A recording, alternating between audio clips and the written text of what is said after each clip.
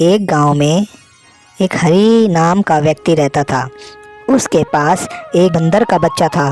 वह बंदर का बच्चा जंगल से लेकर आया था। वह सोचता था कि मैं इसको पालूंगा। एक दिन हरी अपने बंदर के बच्चे से कहता है, गोलू, तुम थोड़े बड़े हो जाओ, उसके बाद गांव में खेल दिखाने चला करेंगे। गोलू बंदर अपने सर को हिलाने लगता है और कूदने लगता है। हाँ हाँ, मैं चलूँगा। गांव में अचानक सूखा पड़ जाता है और हरी बेचारा बहुत परेशान हो जाता है। तो अपने बंदर गोलू को कहता है, गोलू, मेरी स्थिति इतनी ख़राब है, तुम यहाँ से चले जाओ और जंगल में आराम से रहो। और बेचारा गोलू कहता है, जी जी।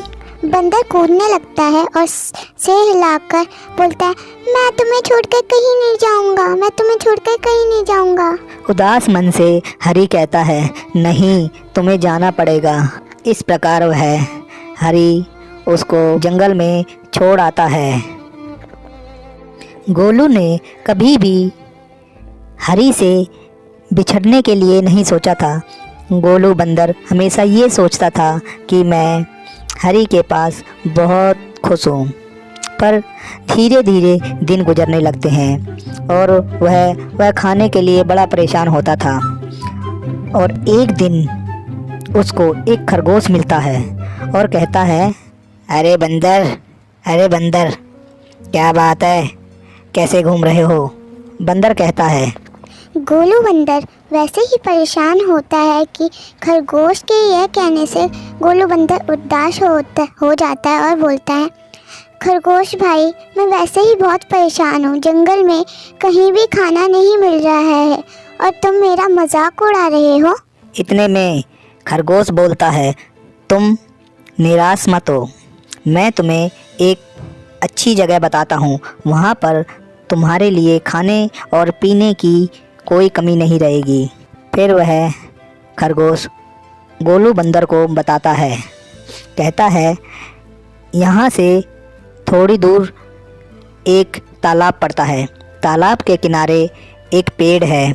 वहाँ पर बहुत स्वादिष्ट आम लगते हैं, पर मैं आम तो खाता नहीं, पर वहाँ पर बहुत अच्छा पेड़ है और वहाँ पर तुम जाओ, तुम्हें भरपूर भोजन मिलेगा। और वहाँ पर जामुन का भी पेड़ है। वहाँ पर 2 पेड़ हैं, तुम कभी जामुन खाना, कभी आम खाना, और तालाब पर वहीं रहना। तो इस प्रकार वह गोलू बंदर उसको कहता है, शुक्रिया खरगोश भाई, तुमने मेरे रहने और खाने की दोनों ही व्यवस्था कर दी, शुक्रिया। इस प्रकार गोलू बंदर उस पेड़ पर पहुंच जाता है और देखता है बहुत अच्छे आम लगे हुए हैं और जामुन का भी पेड़ है। वह बहुत खुश होता है और वहाँ पर नदी भी थी, जिसके लिए पानी पीने में उसको कोई परेशानी नहीं होती। वह उस पर रहने लगता है और आम खाने लगता है, कभी अंगूर खाता है। वह बहुत खुश था। तो ऐसे ही धीरे धीरे चल रहा था। तो एक दिन वह वहाँ पर एक मगरमच्छ आता है और देखता है कि यहाँ पर कोई बंदर है। अब वह ताक में बैठा रहता है, सोचता है इसको कैसे खाऊं, परंतु वह उसका मौका नहीं लगता था क्योंकि वो पेड़ पर था। अब वह रोज़ इसी ताक में रहता था कि इस बंदर को कैसे खाऊं। पर वह धीरे धीरे एक दिन मगरमच्छ कहता है, अरे बंदर भाई, क्या बात है, तुम हमारी तरफ भी तो देखो। बंदर देखता है, कहता है, गोलू बंदर बोलता है, तुम कौन हो? मगरमच्छ हूँ मैं, मगरमच्छ। मैं तुमसे दोस्ती करना चाहता हूँ क्योंकि तुम यहाँ पर बहुत दिन से मैं देख रहा हूँ, तुम यहाँ पर फल खाते हो, पर मैंने आज तक इनका स्वाद कभी नहीं लिया, इसीलिए मैं भी फल खाना चाहता हूँ। तो गोलू बंदर उसको एक आम तोड़कर फेंक के उसके मुंह में डाल देता है और खा लेता है। इसी प्रकार वह बहुत खुश हो जाता है और वहाँ से चला जाता है। इस प्रकार वह धीरे धीरे दिनचर्या चल रहा था। रोज़ आता मगरमच्छ और फल खाता। इसी प्रकार वह दोनों में पक्की मित्रता हो जाती है। वह रोज़ उसको आम खिलाता और जामुन खिलाता और वो अपने पानी में रोज़ चला जाता। इस प्रकार एक दिन वह अपनी पत्नी को जाकर मगरमच्छ कहता है, अरे मेरा एक बंदर दोस्त है, वह मेरे को बहुत अच्छे अच्छे फल देता है और मैं खा के आता हूँ, बहुत स्वादिष्ट है। उसके फल और उसकी दोस्ती मुझे बहुत अच्छी लगती है। पत्नी बोलती है, ठीक है, कोई बात नहीं, तुम मेरे लिए कल से फल लाना। तो दूसरे दिन वहाँ पर आ जाता है और बंदर उसको कुछ फल देता है। फल देने के बाद वहाँ से वापस चला जाता है। वापस जाने के बाद अपनी पत्नी के पास पहुँचता है तो कहता है, लो मैं फल ले आया। अब उसकी पत्नी जैसे ही फल को चखती है वैसे ही कहने लगती है, अरे वाह वाह, क्या बात है, ये तो फल कितने मीठे हैं। अगर फल इतने मीठे हैं तो मुझे लग रहा है दिल भी बहुत उसका मीठा होगा। ऐसा करो, तुम फल की जगह अब की बार तुम उस बंदर को ले आओ, बोलना मैं खाने पे बुला रही हूँ, जाओ दावत देकर आओ। अब वह सोचने लगता है, बंदर तो मेरा अच्छा दोस्त है और मेरी पत्नी ये क्या कह रही है। अब अपनी पत्नी की बात टाल भी नहीं सकता था। वह मजबूर होकर वह जाने लगता है। बंदर को कहता है वहाँ पहुँचकर, अरे बंदर भाई, बोलता है। गोलू बंदर बोलता है, हाँ मगरमच्छ भाई, क्यों बुला रहे हो मुझे? अरे मेरी पत्नी ने कहा है तुम्हारी दावत के लिए खाना पीना अच्छा अच्छा बना रखा है मेरी पत्नी ने, तुम मेरे घर पे चलो। अब वह बंदर सोचने लगता है, कहता है ये तो बात सही है। बंदर बोलता है, अरे हाँ मगरमच्छ भाई, पर मुझे तो तैरना ही नहीं आता, तो मैं जाऊँगा कैसे? अरे तुम परेशान मत हो, तुम मेरे पीठ पर आराम से बैठकर चलना, मैं तुम्हें पानी में अपनी पीठ पर ले जाऊंगा, तुम घबराओ मत। ठीक है मगरमच्छ भाई, आज तो बढ़िया दावत भी होगी और तुम्हारी पत्नी से भी मिल लूँगा, चलो। अब वह बंदर उछलकर उसकी पीठ पर बैठ जाता है और मगरमच्छ कहता है, आज तो बंदर भाई तुम्हें अच्छा अच्छा खाना मिलेगा। मगरमच्छ सोच रहा था चलते चलते कि आज दावत तुम्हारी नहीं, आज मेरी पत्नी की दावत होगी, पर क्या करे मित्र, मुझे अपनी पत्नी का कहना मानना ही पड़ेगा। बंदर उसे सोचते हुए देख के बोलता है, अरे मगरमच्छ भाई, क्या हुआ, इतने खोए खोए क्यों हो? तो मगरमच्छ गोलू बंदर से बोलता है, अरे क्या करूं, मेरी पत्नी ने तुम्हें दावत पर बुलाया है, पर तुम मेरे मित्र हो। जब वह नदी के बीच में पहुंच जाता है उसके बाद कहता है, अरे मित्र, मेरी पत्नी ने कहा है तुम्हारा दिल खाने के लिए मांग की है, इसीलिए मैं तुम्हें ले जा रहा हूँ। इतने में बंदर शॉक्ड में हो जाता है और सोचने लगता है अब क्या करूँ। और उसके बाद बंदर बोलता है, पहले बंदर थोड़ी देर सोचता है और फिर बोलता है, अरे मगरमच्छ भाई, अब मैं तो भूल ही गया, मेरा दिल तो पेड़ पर रखा हुआ है, अगर तुम पहले बता देते तो मैं अपने दिल को भी साथ ले आता। तो मगरमच्छ बोलता है, अरे ये तो बहुत परेशानी की बात हो गई, तो ऐसा करते हैं हम वापस चलते हैं दिल को लेने के लिए। और इस प्रकार वह दोनों लोग, बंदर और मगरमच्छ, वापस चल देते हैं। और उसके बाद बंदर कूद कर जल्दी से पेड़ पर चढ़ जाता है और बोलता है, अरे मूर्ख मगरमच्छ, क्या किसी का दिल भी पेड़ पर रखा हुआ होता है? अगर किसी का दिल उसके सीने से बाहर होगा तो वो व्यक्ति मर नहीं जाएगा, तुझे इतना भी नहीं पता? मगरमच्छ निराश यह सब सुनकर दुखी हो जाता है और गोलू बंदर बोलता है, कि आज से तेरी और मेरी दोस्ती हमेशा के लिए खत्म। मगरमच्छ वहाँ से निराश होकर चला जाता है।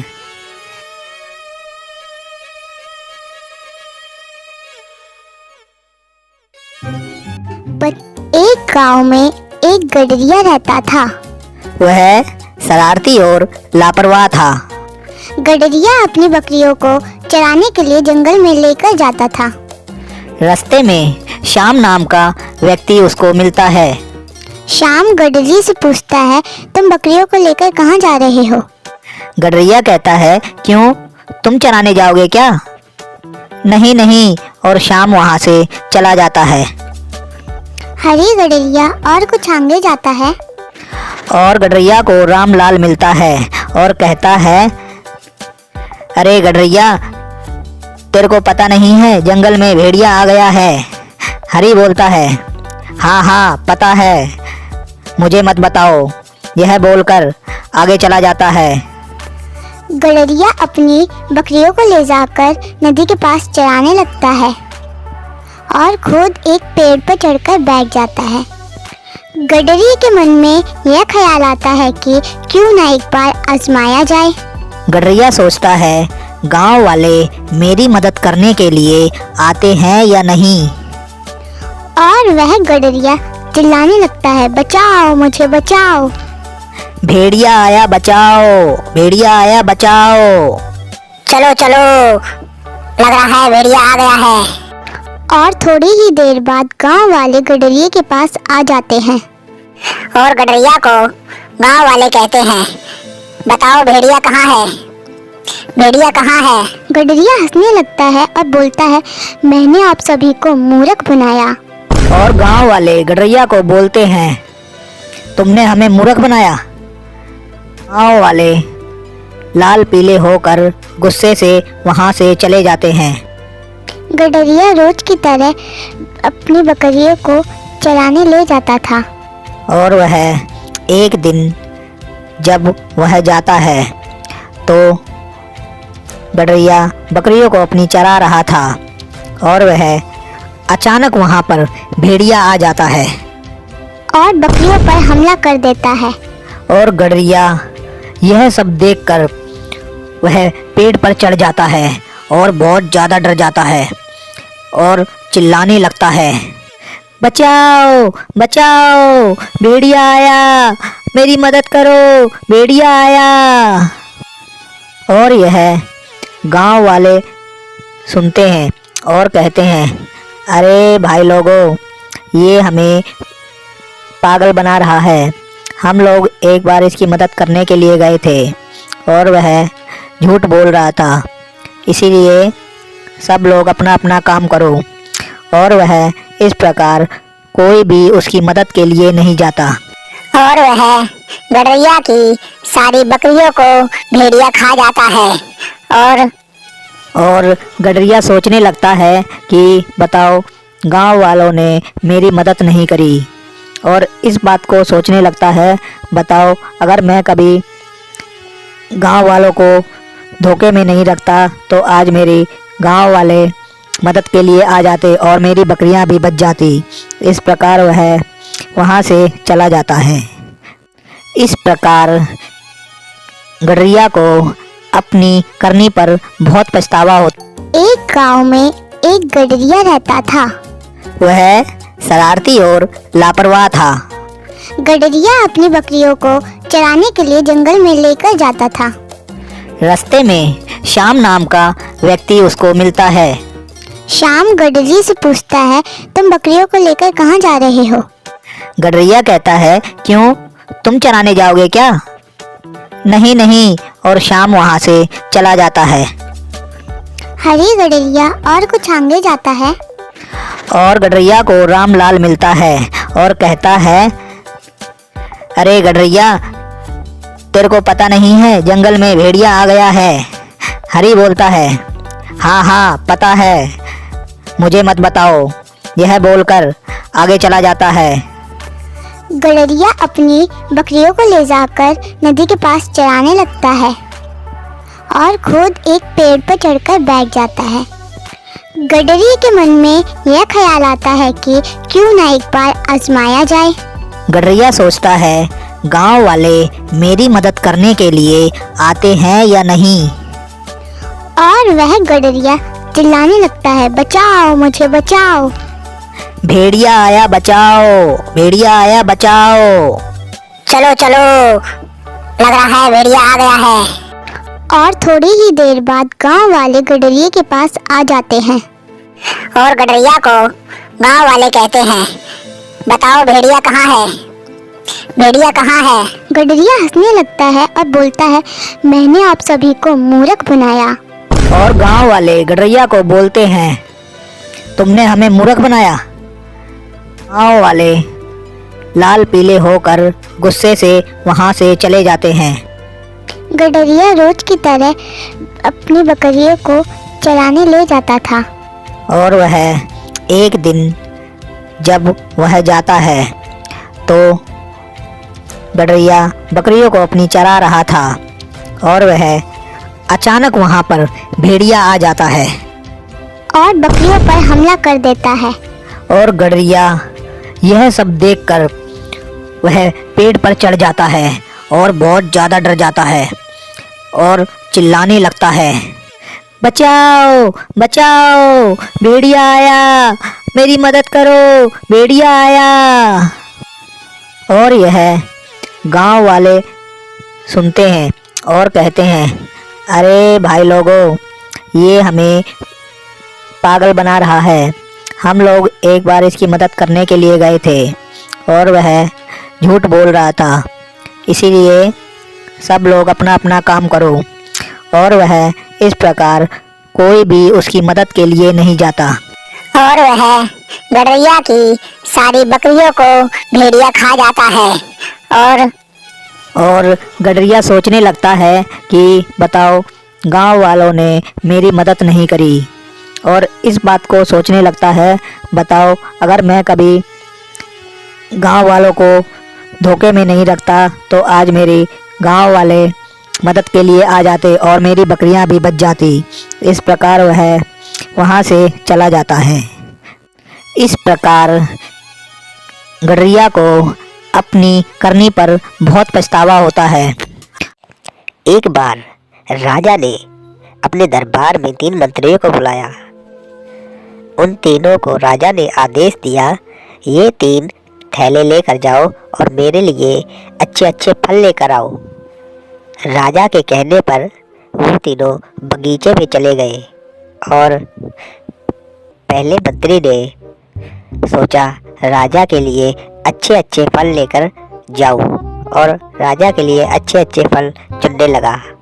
पहला मंत्री सोचने लगा राजा के लिए सुंदर और ताज़े फल लेकर जाऊंगा और इस प्रकार उसके लिए राजा के लिए अच्छे अच्छे फल चुनने लगा। दूसरा मंत्री सोचने लगता है कि राजा कौन सा सब फल चेक करने वाला है या सब फल खाने वाला है, ज़्यादा से ज़्यादा ऊपर से ही निकालेगा और इस प्रकार झोले में आधे फल खराब रखता है और आधे सही रखता है। तीसरा मंत्री सोच रहा था राजा कौन सा चेक करने वाला है कि हमारे थैलों में सेब है या कुछ और।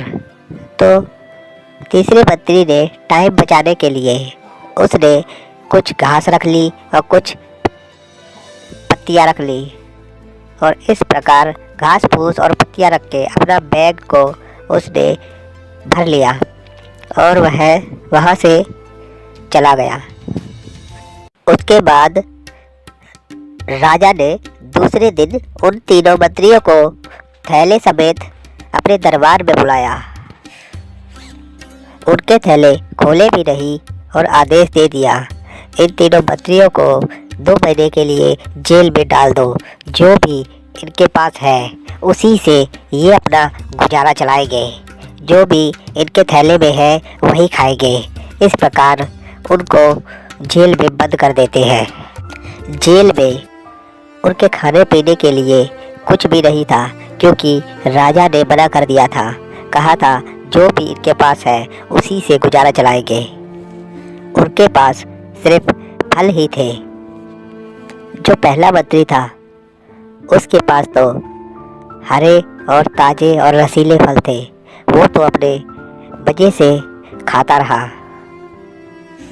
और दूसरा मंत्री था, उसके पास कुछ फल सड़े हुए थे और कुछ फल अच्छे थे। अब वो सड़े भी खाता रहा और अच्छे भी खाता रहा। और जो तीसरा मंत्री था उसके पास थैले में सिर्फ घास फूस और पत्तियाँ थी, बस उसी से अपना गुजारा चलाता रहा और उसकी सेहत धीरे धीरे बिगड़ने लगी। और 2 महीने के बाद जब तीनों मंत्रियों को जेल से निकाला गया तो पहला मंत्री तंदुरुस्त था और सेहतमंद था, क्योंकि उसके पास ताजे फल थे। और दूसरे मंत्री के पास आधे सड़े और आधे सही फल होने के कारण वह सिर्फ वो जीवित रहा और बीमार पड़ चुका था। और तीसरा मंत्री जिसके पास कुछ नहीं था, सिर्फ घास और फूस थी, सिर्फ उसी ने अपना गुजारा उसी से चलाया और वो मर गया।